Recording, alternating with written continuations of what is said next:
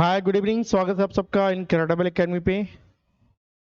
JSSC सचिवालय यानी JSSC CGL examination के पॉइंट ऑफ व्यू से हम लोग कंप्यूटर का बेहतरीन क्वेश्चन हम लोग देख रहे हैं, जो प्रीवियस एग्जामिनेशंस अलग अलग कमीशन के द्वारा लिए गए जो एग्जाम हैं उनमें कंप्यूटर का जो सेगमेंट है, क्वेश्चंस है जो अच्छे लेवल का है, जो आपके एग्जाम में पूछने की जो प्रबल संभावना है, वैसे क्वेश्चंस को हम लोग देख रहे हैं।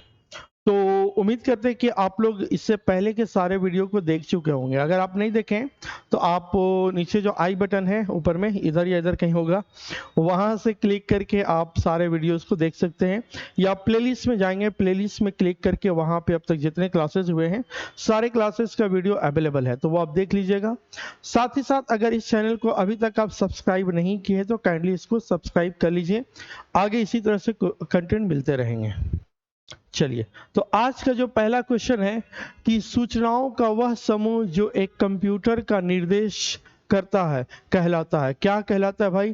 कि सूचनाओं का वह समूह। अब जैसे ही सूचनाओं का समूह या इंस्ट्रक्शन का समूह, कमांड का समूह अगर बोला जाएगा तो वो बात हो रहा है प्रोग्राम के बारे में या सॉफ्टवेयर के बारे में।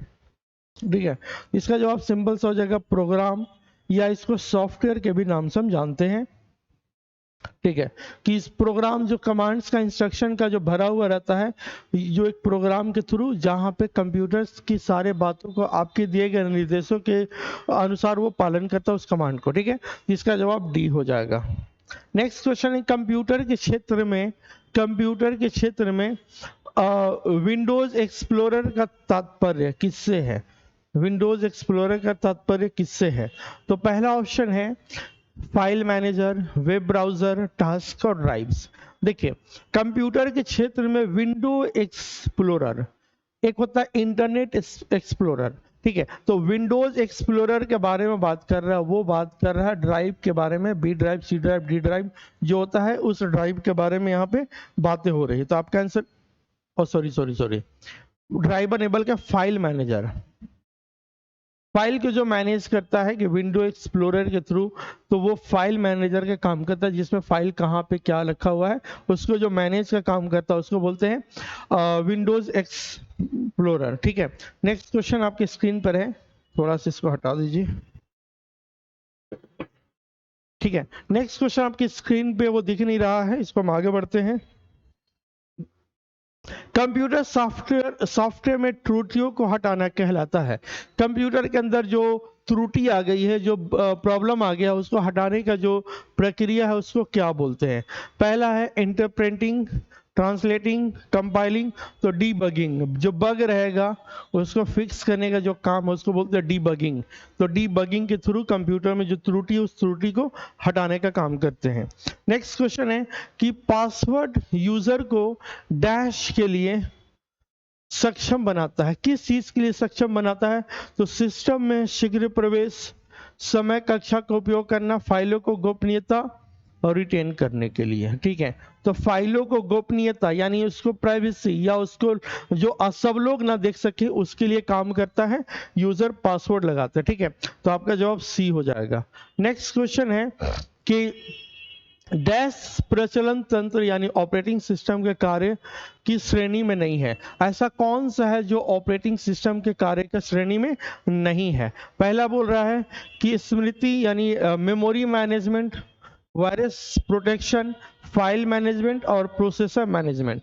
तो इसमें वायरस से रिलेटेड ये कोई काम नहीं करता है। ठीक है, तो ऑपरेटिंग सिस्टम वायरस से रिलेटेड इसका कोई काम नहीं है, उसके लिए यूटिलिटी सॉफ्टवेयर आता है, एंटीवायरस आता है। ठीक है, तो वो उसका प्रोग्राम या जो सॉफ्टवेयर वो इसका काम करता है। इसका जवाब क्या हो जाएगा? बी हो जाएगा। नेक्स्ट क्वेश्चन है कि एक डॉक्यूमेंट में जो सॉफ्टवेयर प्रोग्रामों को कैसे यूज करना है इसका एक्सप्लेन करता है, वह डैश कहलाता है। देखिए, कोई भी सॉफ्टवेयर को कैसे यूज करना है, या कभी आप मार्केट से कोई सामान खरीदते हैं, खास करके इलेक्ट्रॉनिक गैजेट्स, या जिसकी जानकारी सबके पास नहीं है, चाहे आप मोबाइल फोन पहले के जमाने में खरीदते होंगे, अब तो वो नहीं आता है, या फिर कोई वॉशिंग मशीन खरीदते होंगे, गीजर खरीदते होंगे, आयरन खरीदते होंगे, तो उन सब को चलाने के लिए एक डॉक्यूमेंट दिया जाता है। उस डॉक्यूमेंट को क्या बोलते हैं? तो यूजर मैनुअल बोलते हैं।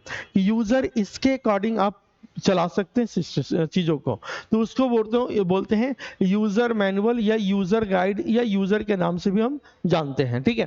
तो यूज़र मैनुअल या यूज़र गाइड इसको बोला जाता है। नेक्स्ट क्वेश्चन है कि प्रचलन तंत्र यानी ऑपरेटिंग सिस्टम की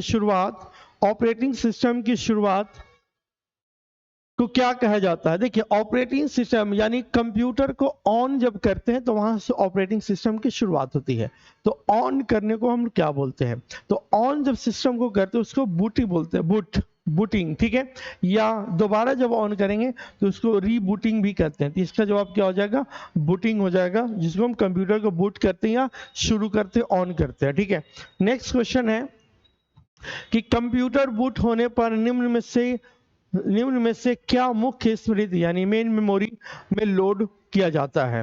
तो आंतरिक निर्देश, बाह्य निर्देश या उपयोगिता प्रोग्राम। तो आंतरिक निर्देश यानी इंटरनल कमांड एक्टिव होता है, लोड किया जाता है, देन आपका सिस्टम काम करना शुरू करेगा। तो इसका जवाब हो जाएगा आंतरिक कमांड यानी इंटरनल कमांड को एक्टिव होता है। IBM DOS एक क्या है, तो IBM DOS जो है वो आपका सिंगल यूजर ऑपरेटिंग सिस्टम था। ऑपरेटिंग DOS यानी DOS जो है वो जो था एक सिंगल यूजर ऑपरेटिंग सिस्टम। अब ऑपरेटिंग सिस्टम भी कई तरह के होते हैं, जैसे आप विंडोज यूज करते हैं, विंडोज 10 है, विंडोज 7 है, विंडोज XP है, विंडोज XT है, विंडोज 2000 है, 2007 है, ये सब जो है उसी प्रकार IBM का जो DOS था, DOS यानी डेस्कटॉप ऑपरेटिंग सिस्टम, DOS का फुल फॉर्म है डेस्कटॉप ऑपरेटिंग सिस्टम, वो एक सिंगल यूजर सिस्टम हुआ करता था, ठीक है। तो नेक्स्ट क्वेश्चन है डॉस का पूर्ण रूप क्या, अभी हम बताए थे disk operating system, DOS, disk operating system, ठीक है। नेक्स्ट क्वेश्चन है MS DOS स्क्रीन साफ यानी क्लियर करने के लिए किस कमांड का प्रयोग करता है। देखिए, MS DOS में जो भी लिखा हुआ उसको क्लियर करने के लिए कौन से कमांड को देना पड़ता है, तो CLS इसका होगा, जवाब क्या होगा, CLS कमांड के थ्रू आप जो है DOS के अंदर जो स्क्रीन को साफ करने के लिए, स्क्रीन को क्लीन करने के लिए किया जाता है। अब ये क्वेश्चन डायरेक्टली आपको समझ में नहीं आ रहा होगा अगर आप लैंग्वेज को नहीं जानते होंगे, ऑपरेटिंग सिस्टम को अच्छे से नहीं जानते होंगे, तो ये आपको लग रहा होगा पता नहीं सर क्या पढ़ा रहे हैं। तो देखिए, ये जो है ना आपका थोड़ा सा डीपली क्वेश्चन पूछा है।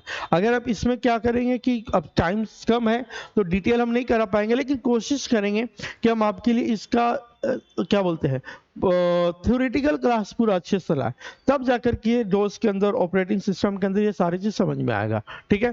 नेक्स्ट है निम्नलिखित में से कौन सी file MS DOS boot disk की आवश्यक फाइल है, तो command.com होता है, इसका जवाब क्या हो जाएगा, command.com, ठीक है, ये आवश्यक फाइल होता है DOS के लिए, ठीक है। नेक्स्ट क्वेश्चन है जब फाइलों को कंप्यूटर के हार्ड डिस्क से डिलीट कर दिया जाता है तो माइक्रोसॉफ्ट विंडोज इन फाइलों को स्टोर करता है, डैश में स्टोर करता है। देखिए, कंप्यूटर के अंदर कोई भी आप काम कर रहे हैं, चाहे किसी भी ड्राइव में वो आपका फाइल सेव होगा, अगर उस फाइल को आप डिलीट कर देते हैं तो डिलीट करने के बाद वो कंप्लीटली डिलीट नहीं होता, वो चला जाएगा रिसाइकल बिन में। C ड्राइव का एक फोल्डर होता है रिसाइकल बिन, जहां पे वो चला जाएगा। अगर आप रिसाइकल बिन से भी डिलीट कर देंगे तो परमानेंटली आपके सिस्टम से खत्म हो जाएगा, कंप्यूटर से खत्म हो जाएगा, दोबारा फिर वो नहीं आ पाएगा। तो ये चल जाता है रिसाइकल बिन। आप देखिएगा तो रिसाइकल बिन एक इस तरह से डब्बा बना हुआ रहता है, ठीक है, सिस्टम में इसमें भरा हुआ रहेगा, तो वहां से चाहे तो दोबारा निकाल सकते हैं, रीस्टोर कर सकते हैं, दोबारा यूज में ला सकते हैं, ठीक है। नेक्स्ट है कि डैश में स्टोर करके आप फाइलों को ऑर्गेनाइज कर सकते हैं, ठीक है। तो डैश में स्टोर करके आप फाइलों को ऑर्गेनाइज कर सकते हैं, तो ये फोल्डर हो जाएगा, ठीक है। फोल्डर में आप फाइलों को रख करके उसको ऑर्गेनाइज कर सकते हैं। माइक्रोसॉफ्ट विंडोज एक क्या है, तो माइक्रोसॉफ्ट विंडोज एक ऑपरेटिंग सिस्टम है, माइक्रोसॉफ्ट विंडो एक ऑपरेटिंग सिस्टम है, इसमें लिनक्स है, यूनिक्स है और भी आ जाता है। ऑपरेटिंग सिस्टम के बारे में बताए थे कि आपके जो कल पुर्जा से बना हुआ मशीन है, कंप्यूटर के जो डब्बा है, उस डब्बा में जान डालने का काम करता है आईओएस, सॉरी ओएस, ठीक है, ओएस यानी ऑपरेटिंग सिस्टम। तो माइक्रोसॉफ्ट के द्वारा बहुत सारे विंडोज बनाए गए हैं, उसका अलग अलग वर्जन है, जिसमें हम माइक्रोसॉफ्ट विंडो यानी एमएस विंडोज बोलते हैं, जिसमें अलग अलग वर्जन यूज करते हैं। तो आप बताइए कि अभी आप कौन सा यूज करते हैं, अगर आप लैपटॉप या कंप्यूटर रखे हैं तो ज्यादातर चांस है कि विंडोज 10 या विंडोज 7 या विंडोज 11 अभी जो आ चुका है वो रखे होंगे, ठीक है। तो इसका जो है ये एक operating system, option number A हो जाएगा। नेक्स्ट क्वेश्चन है, विंडोज 7 एक उदाहरण है। विंडोज 7, विंडोज अभी हम पढ़ाएं कि एमएस विंडो, माइक्रोसॉफ्ट विंडो जो है वो एक ऑपरेटिंग सिस्टम है। तो विंडोज 7 एक उदाहरण है किसका, तो एक ऑपरेटिंग सिस्टम का उदाहरण है। विंडोज 7, विंडो 10, विंडो 11, तो ये एक ऑपरेटिंग सिस्टम का उदाहरण है। फाइल सिस्टम NTFS का अर्थ है, देखिएगा फाइल में अलग अलग तरह के फाइल्स होते हैं, जिसमें एक फाइल होता है NTFS का फुल फॉर्म क्या है, तो NTSF का फुल फॉर्म है न्यू टेक्नोलॉजी फाइल सिस्टम, नए टेक्नोलॉजी का फाइल सिस्टम है जिसको NTFS कहा जाता है, ठीक है। नेक्स्ट क्वेश्चन है कि विंडोज में शॉर्टकट शिफ्ट प्लस डिलीट का प्रयोग किया जाता है। देखिए आप अपने कंप्यूटर में डिलीट बटन को प्रेस करेंगे कोई भी फाइल को सेलेक्ट करके, तो वो फाइल डिलीट हो जाता है और वो चला जाएगा रिसाइकल बिन में। अब रिसाइकल बिन से अगर कभी ज़रूरत हो कि नहीं, रिसाइकल बिन से हमें निकाल कर वापस उसको यूज़ में लाना है, तो उसको वहाँ से रीस्टोर कर देते हैं, यानी रिसाइकल सब स्टोर कर देते हैं, फिर से जिस जगह पे था वहीं चला जाएगा। लेकिन अब अगर आप चाहते हैं कि रिसाइकल बिन में भी हमारा डॉक्यूमेंट नहीं जाए, कुछ ऐसा दस्तावेज है, डॉक्यूमेंट है, फाइल है जिसको आप परमानेंटली तुरंत वहीं से एक बार में डिलीट करना चाहते हैं, तो उसके लिए शिफ्ट के साथ डिलीट बटन को प्रेस करिए, ओके कर दीजिए, तो वो परमानेंटली यानी हमेशा के लिए खत्म हो जाएगा।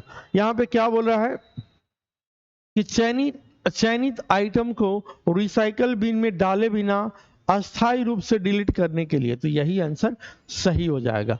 मतलब वो आपका टेंशन खत्म हो जाएगा कि रिसाइकल बिन में जाएंगे फिर से स्टोर हो जाएगा, तो वो काम नहीं होगा, वो हमेशा के लिए खत्म हो जाएगा।